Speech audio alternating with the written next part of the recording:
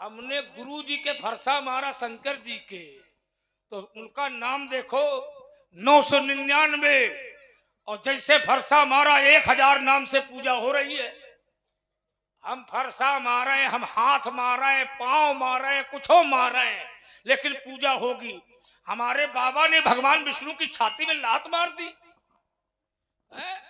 तो उनकी छाती की शोभा बढ़ गई। मेरे सगे बाबा ने, समझो जरा, छाती में लात मारी। सगे हैं, उनको सगे मानना। तो सगे का चचेरे बाबा होते हैं का? बाबा तो सगे होते हैं का पर बाबा नहीं होते। तो तुम्हारे भृगु जी बाबा है कि पर बाबा? अरे सुन, ये देखो कुतर कर रहा है। अभी कुतर हो गए। हम तो तुम्हारी बात को दोहरा रहे हैं। भृगु जी तुम्हारे बाबा है कि पर बाबा है? अब देखो इसी में चिंतन करिए। हाँ, कौन है? सगे बाबा तो हमारे ऋषिक है। हाँ, और पर बाबा कौन है? देखो उत्तर भी कर रहा है। क्या है पर बाबा? भृगु जी कौन है? अब रुको रुको रुको, हम सुनिए सुनिए, वो भी हम बताएंगे, बीच में बोल करके नहीं। तो तुम क्या कह रहे थे भृगु जी हमारे सगे बाबा है? तो जब सगे आप कह रहे हो सगे बाबा हमारे ऋषिक है नहीं, एक अभी कह गए थे भृगु जी हैं। बहुत बोलता है ये लड़का। अब बोलने के लिए आए, और जब भी बोलेगा तो बीच में बोलेगा, क्योंकि ये बीच में पैदा हुआ है। अच्छा, बीच में पैदा हुए ये तुम जान गए? विश्वामित्र जी ने बताया है। क्या बताया? कि लक्ष्मण का जो क्रम है वो तीसरा है। पहले राम पैदा हुए, फिर भरत, फिर लक्ष्मण और फिर शत्रुघ्न। ऐसे तो है भैया। भैया का जाने, हम बताएंगे। भैया का समझो, हम गड़े बताने के लिए नहीं तो पैदा होने वाला नहीं बता सकता। अच्छा, पैदा होने वाला बता नहीं? पैदा होने वाला क्या जाने हम कौन सी तिथि में पैदा हुए, कौन से नक्षत्र में पैदा हुए, कौन से दिन पैदा हुए, वो माता पिता ही बता सकते हैं। क्यों भाई? बता सकते हैं। हाँ बता सकते हैं, तुम थोड़ी बताओ। लेकिन याद तो रख सकते हैं बालक। याद तो तब रखा जाएगा जब पिता और माता बताएंगे। चलो प्रसंग पर आओ कि भृगु जी बाबा है कि पर बाबा? ये कुतर कर कुछ सुनो पहले हमारी बात। अब एक शब्द तुम्हारा पहले मूल्यवान है, लाओ उसको जरा सुन लो। अपनी बुद्धि से तुमने उत्तर उसको दिया है। मैंने कहा था, तुमने कहा था राम किसी के अधीन नहीं होते। देखिए ऐसा नहीं है, शंकर भी अधीन है, शंकर भी भक्ति करते हैं, शंकर भी परमात्मा के अधीन है, शंकर राम के अधीन है, शंकर राम की भक्ति करते हैं। ये अधीन हो गए क्योंकि राम नाम शिव सुमिरन लागे और जाने सती जगतपति जागे। अर्थात शंकर भी भक्त है, ये तुमने कहा। और भक्त जो होता है वो भक्ति अधीन होकर के करता है। मैंने पहले भी कहा था। इसी तरह प्रहलाद की ये निज भक्ति नहीं है, ये भगवान के प्रति भक्ति है। और जो दूसरे के प्रति भक्ति होती है वो अपने लिए नहीं, भगवान के लिए होती है। और एक छोटी बात कह दें, तुमने कहा कि प्रहलाद का ही जन्म हिरण्यकश्यप के यहाँ क्यों हुआ। देखो कथा तो लंबी है, लेकिन छोटे में कह देते, क्योंकि जय और विजय को श्राप दिया था वैकुंठ में सनत सनातन सनत नंदन सनत कुमारों ने। ब्रह्मा के मानसिक पुत्रों ने, सनकादियों ने श्राप दिया था जय और विजय को। और जय और विजय को श्राप यह दिया था कि तुम भगवान के दर्शन करने से हमें रोक रहे हो, और हम तुम्हें श्राप देते हैं कि तुम 3 युगों तक राक्षसों की योनि में पाए जाओगे। अब वही जाकर के सतयुग में हिरण्याक्ष और हिरण्यकश्यप बने, त्रेता में रावण और कुंभकर्ण बने, और आने वाले द्वापर में शिशुपाल और दंत्रवत बनेंगे। ये कथा है।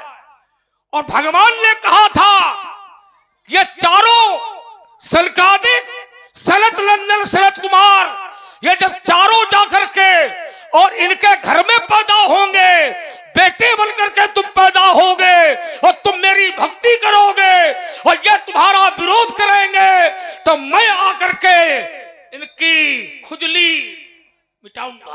भगवान ने सनकादिक से कहा था। हाँ, ये वचन दिया उन्होंने। क्या वचन? कि मैं आकर के इनका उद्धार करूंगा, माध्यम में तुम लोग होगे। इसलिए लाद अहलाद प्रहलाद सल्लाद ये 4 बेटे पैदा हुए। महात्मा 4 थे, प्रहलाद तो 5वें क्रम पर पैदा हुए। चलो ये भी ठीक है, लगा दो। महात्मा 4 है जिनके नाम बता रहे हो। देखिए सनकादिक ऋषि हलाद और अनुहलाद और ये बन के नहीं आए, वो तो अत्याचारी थे प्रहलाद के भाई। प्रहलाद के भाई कोई अच्छे नहीं थे। हलाद के ही पुत्र हैं वातापी और आतापी नाम के जो असुर है। ठीक है, हमारी बात ये थी, ये आपने बताई कथा, ठीक है, कथा सही है, लेकिन कथा में जो हमारी बात का उत्तर था वो नहीं हुआ। कैसे नहीं हुआ? हमने ये कहा था कि प्रहलाद भक्त हैं भगवान के और हिरण्याकश्यप अत्याचारी है। तो मैंने एक उदाहरण दिया था कि आम के वृक्ष पर प्रायः आम के फल लगते हैं और बबूल के वृक्ष में कभी आम के फल नहीं लगते हैं। तो हिरण्याकश्यप जैसे अत्याचारी के घर में प्रहलाद जैसे भक्त का जन्म कैसे हो गया? तो ये कथा आपने बताई कि जय विजय को श्राप दिया तो सनकादिक ऋषियों ने, तो जय विजय तो बने आकर के हिरण्याक्ष और हिरण्याकश्यप, लेकिन प्रहलाद घर में कैसे आ गया? भगवान ने उद्धार देने का वचन भी दिया था कि हम तुम्हारा उद्धार करेंगे। तो उद्धार करने के कई प्रकार हैं भगवान के, लेकिन प्रहलाद घर में कैसे आया? ये कोई कथा हो इस पर आपकी, तो वो हमें लाओ, वो हम सुनना चाहेंगे कि अत्याचारी के घर में प्रहलाद जैसा भक्त कैसे जन्म लेता है। यहां उत्तर चाहिए, एक बात। दूसरी बात, अब जो चिंतन आपने दिया ध्यान से समझना जरा। इन्होंने कहा कि वो अलग अलग हैं जो शंकर जिनके अधीन हैं। शंकर जिनके अधीन है, तो आपने एक चौपाई पढ़ी, जग पेखन तुम देखन हारे, विधि हरिशम मुन चावन हारे, और तेऊ न जाने मरम तुम्हारा, तो और तुम्हें को जाननी। माने वो अलग हैं। तो इस चौपाई का अर्थ ये हुआ कि ब्रह्मा, विष्णु और शंकर उसके रहस्य को नहीं जान पाते हैं। किसके रहस्य को? राम के। ये इनका तर्क आया कि राम के रहस्य को ब्रह्मा विष्णु शंकर नहीं जान पाते हैं। कौन कौन? तो कहा तेऊ न जाने मरम तुम्हारा शंभु बिरंची, माने ब्रह्मा विष्णु और शंकर राम के मरम को नहीं जान पाते हैं। तो क्या भैया राम और विष्णु क्या अलग अलग है क्या? इस चौपाई का अर्थ क्या है? जग पेखन तुम देखन हारे और विधि हरि शंभु न चावन हारे, तेऊ न जाने, माने ब्रह्मा विष्णु शंकर राम के मरम। चूंकि आगे एक पंक्ति और है, तुम्हारी कृपा तुम ही रघुनंदन और जानई भगत भगत उर चंदन। तो जो रघुनंदन है, तो रघुनंदन और विष्णु का अलग अलग है का? विचार करिए जरा। राम और विष्णु ये क्या अलग अलग है? राम और विष्णु अलग अलग नहीं है। विष्णु ही तो राम है, विष्णु का ही तो अवतार राम के रूप में है। अच्छा, इस पंक्ति को हम पकड़ेंगे, एक बात पकड़ेंगे, वो लोग चिंतन करेंगे। इसका क्या अर्थ है कि राम के रहस्य को ब्रह्मा विष्णु और शंकर नहीं जान पाते हैं। यही तो अर्थ है। जुग पेखन तुम देखन हारे, विधि हरिशम मुन चावन हारे, और तेऊ न जाने मरम, माने राम के रहस्य को ब्रह्मा विष्णु शंकर नहीं जान पाते हैं। चलो मान रहे आपकी बात।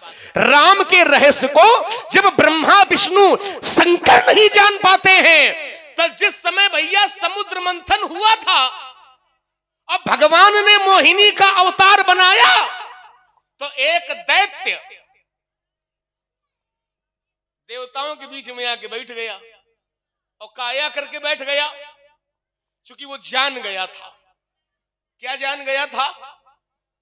कि ये व्यवस्था चल रही है दैत्यों के विरोध में और देवताओं के पक्ष में।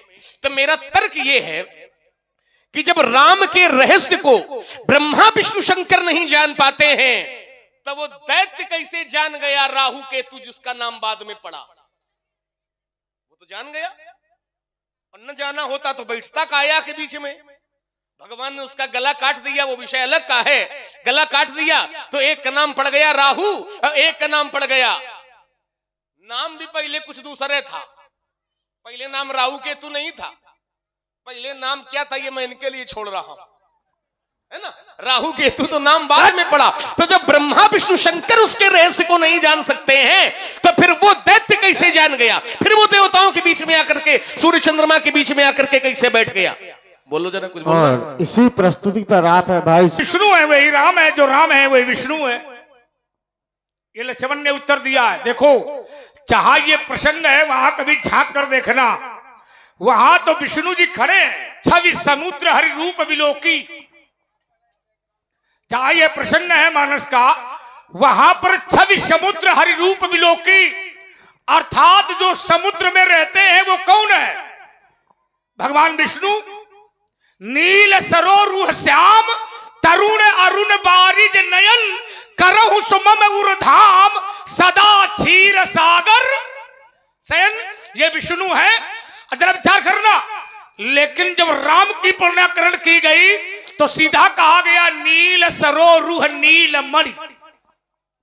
सोचो, नील सरोरुह नील मणि, नील नील धर श्याम लाजहि तनु शोभा निरखी कोटि कोटि सतकाम।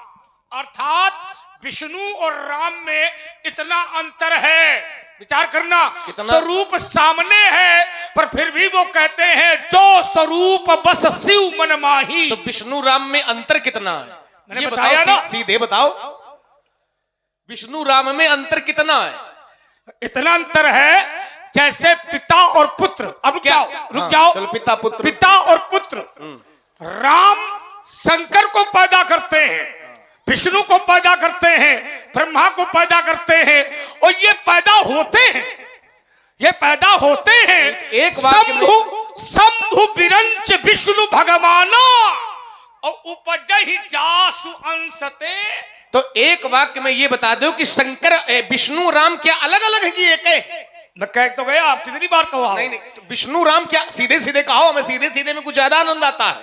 क्या? या तो हम गिरे या तुम गिरो, दो में एक जाएगा। हम गिरेंगे नहीं। विष्णु और राम, तुम कह रहे पिता पुत्र का अंतर है, तो पिता पिता है, पुत्र पुत्र है, अलग अलग है कि नहीं? पिता पिता है, पुत्र पुत्र है, तो क्या कहना चाहते हो कि विष्णु अलग है, राम अलग है? रुक जाइएगा और थोड़ा इस समय तर्क लीजिए। अब मेरा तर्क है, एक पूरी बात हमारी ले लो। जैसे शंकर राम का सुमिरन करते हैं, अब अच्छे लोग समझ लीजिए, अंतिम बात है मेरी ये। जैसे शंकर राम का सुमिरन करते हैं, इसी तरह तुम बताओ कि राम शंकर का सुमिरन करते हो। चलो, हो गई बात। अब आओ सीधी जरा, बात खत्म हो जाएगी। अब आओ।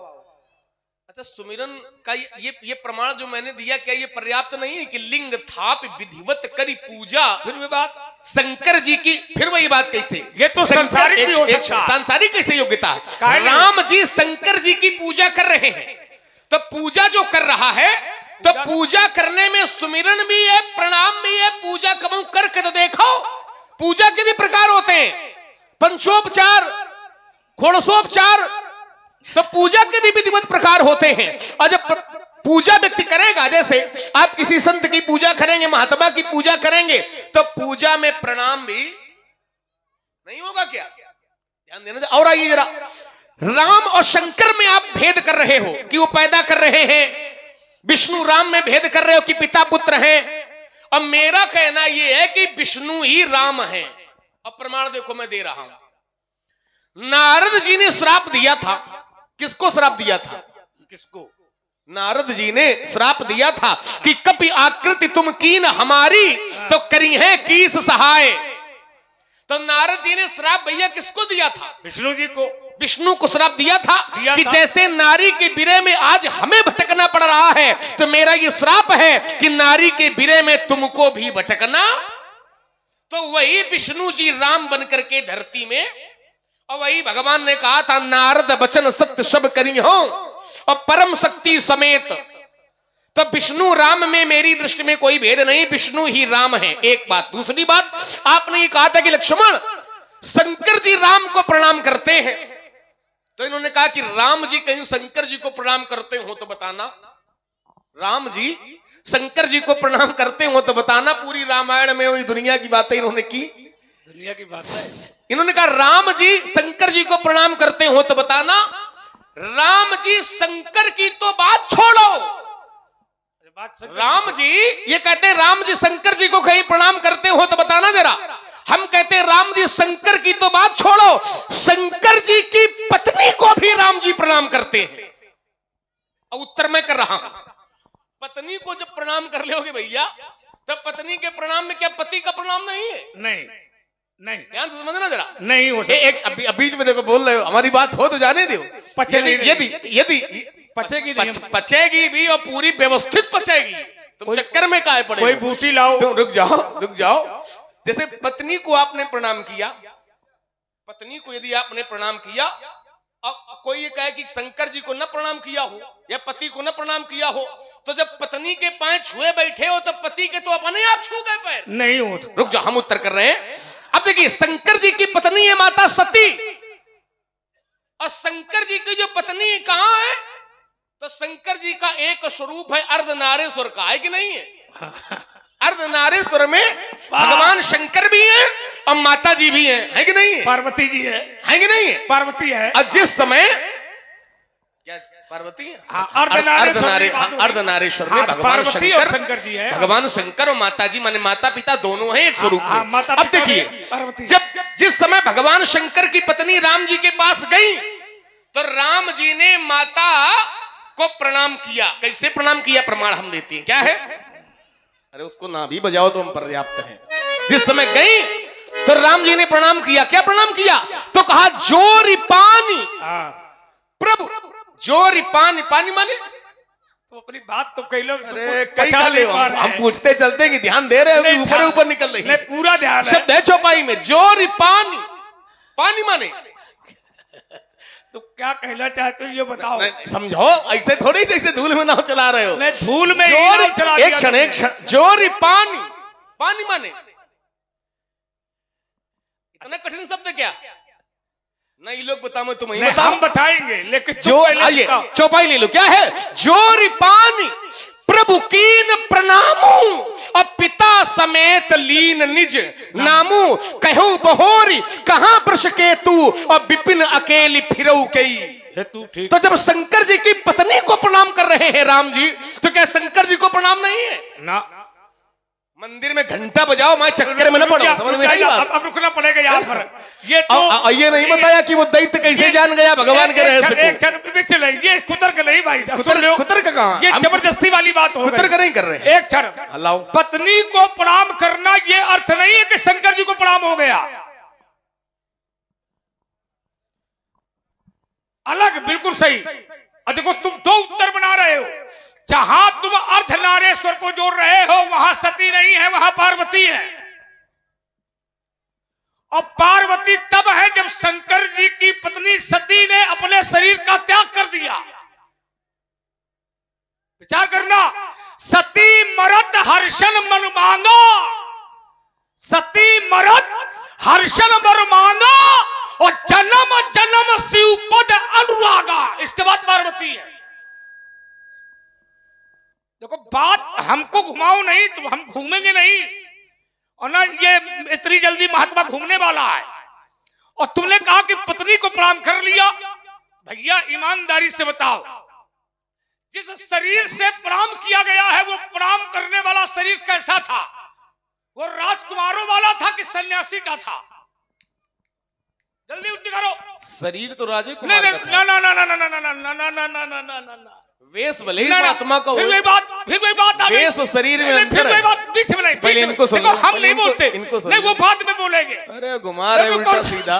शरीर भी क्या सन्यासी का होता है? नहीं, वेश होता है। सुन लीजिए, अगर कोई भी स्त्री हो, हाँ ठीक, मानस तो कहती है जननी सब जानहु पर नारी। हाँ ठीक है। पर आई स्त्री भी माता होती है। विचार करना। और प्रणाम करने के लिए तो वो हम भी कर सकते हैं, क्यों भाई? ठीक है, हम भी कर सकते हैं, लेकिन माता समझ करके प्रणाम कर सकते हैं। चलिए कर लिया। लेकिन अगर प्रणाम शंकर को कर रहे थे तो पूछ क्यों रहे हैं कि कहाँ है वृषकेतु? वहां थे नहीं इसलिए पूछ रहे हैं। देखो, बस यही खेल है, यही खेल है। क्या विचार कर रहे, यही तो खेल है कि माता अकेले है वहां पर सती की सीता गर्भ है सा। परीक्षा लेने अकेले सती गई है, शंकर जी नहीं। विचार करना। तो राम ने, और देखिए वहां पर जो रूप दिखाया जा रहा है वो रूप कैसा था? अच्छा, देखने वाले ने तो छोटे वाले ने भी देखा है, जाकर प्रसंग तुमने लाके खड़ा किया है। लक्ष्मण दी की उमा करते वेशा, उमा माने पार्वती। अब पार्वती कहां से आ गई? सती पार्वती को अलग अलग कर रहे थे। नहीं तो ये राम के लिए नहीं है, ये राम के लिए नहीं है। तो उमा ये राम के लिए नहीं, तो कह रहा है ना ना ना ना, ये राम के लिए नहीं है। तुम्हें हम जानते कहां, हमें तुम जानते हो, हमें तुम जानते हो, तभी तो पा नहीं रहे हो। अरे तुम्हें पता है। रुको और रुकिए, उस बात में तुमने कितना जोर दिया। विचार करना, अगर माता को प्रणाम किया जाएगा तो पिता का आशीर्वाद नहीं मिलेगा, लेकिन यदि पिता को प्रणाम किया जाएगा तो माता का आशीर्वाद मिलेगा। पूछिए कैसे? क्योंकि पति पत्नी के अधीन नहीं होता है, पत्नी पति के अधीन होती है। तो भाई सही है कि गलत? नहीं शायद कौन ऐसा हो, बहुत लोग होते हैं नहीं, आप कह दे कि पंडित जी हम तो पत्नी के अधीन। हाँ तो भाई मान लो बुरा लग जाए खा तो इसलिए बड़ा पूछना पड़ता है। जैसे हमने कहा क्यों भाई, तो कुछ लोग कहते का ध्यान है कि हम तो पत्नी के अधीन हैं। इसलिए सब हाँ आप बोल ले। बहुत सुंदर। एक बार दोनों विद्वान कलाकारों के लिए जोरदार तालियां आप लोग बजा दें। बहुत आनंद आ रहा है संवाद सुनने में। इसी पर प्रभावित हुए श्री इंद्रपाल कारीगर जी। मित्रों, पूजा करना ये कोई संबोधित नहीं है कि वो राम जी प्रणाम कर रहे हैं ना। पूजा तो रावण भी करता है शंकर जी की, तो भाई लेकिन ईमानदारी से बताओ क्या प्रणाम करता है? तुम बता दो। तुम खबर हिलावत हो, तुम वहीं का बाका करब उनका काट दे। ईमानदारी से देखिए, पूजा तो नास्तिक व्यक्ति ही करता है, तो करने का तरीका देखिए। वो मंदिर को नहीं मानता, महात्मा नहीं मानता, साधु नहीं मानता, लेकिन तपस्या वो ब्रह्मा की करना चाहता है। काहे के लिए करना चाहता है? वरदान मिल जाए, फिर हम अत्याचार करन। होता कि नहीं होता? बहुत सारे राक्षस हैं जो तपस्या करते हैं, नाम को जपते हैं, लेकिन ईमानदारी से बताओ क्या वो परमात्मा को मानते हैं? सोचिए, नहीं मानते। और रावण भी भक्ति करता है, पूजा करता है। विचार करो, उत्तम कुल पुलस्त कर नाती और शिव बिरंच पूजे बहु। लेकिन क्या ये अधिकार पक्ष रावण का खड़ा होता है? नहीं खड़ा होता। लेकिन जब उसके रास्ते पर चलोगे तो मां नहीं मात, पिता नहीं देवा, और साधु न संग करवा मही सेवा, जिनके अस आचरण भवानी, और ते जानऊ निश्चर सब। समझो, इनको तो महापुरुष नहीं कहा जा रहा। तपस्या करना, भक्ति करना, पूजा करना, लेकिन इनके रास्ते को भी समझो कि ये रास्ता जाता कहां है। नारद भी भक्त है, जहां का प्रसंग तुमने उठाया है, लेकिन ईमानदारी है कि भक्ति तो तब मानी जाती है जब शरीर पूर्ण रूपे परमात्मा पर समर्पित हो जाए। आत्मा तुम गिरजामती सहचरा प्राणा शरीरम, हर तरह से परमात्मा पर समर्पित हो जाए तो वो भक्ति ठीक है। लेकिन ऐसी भक्ति थोड़ी होनी चाहिए कि हमारा काम बनाओ ये भक्ति है, हमारा काम बने ये भक्ति है, हमको ये वरदान दे ये भक्ति है। ये भक्ति नहीं है। भक्ति तो वो है जो समर्पण हो जाए, परमार्थ के रास्ते पर चले, ये भक्ति है। पर जहां स्वार्थ जुड़ा होता है वहां पूजा और भक्ति नहीं मानी जाती है।